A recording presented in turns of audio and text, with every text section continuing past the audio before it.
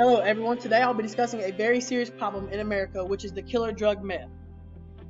The four main ways of using meth are by being smoked, snorted, injected, and being ingested. These different ways are very dangerous and harmful to the person using the drug.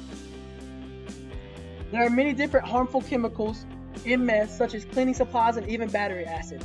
These chemicals are very flammable and dangerous. There are many different mental and physical effects of using meth. Some of these effects can even lead to death.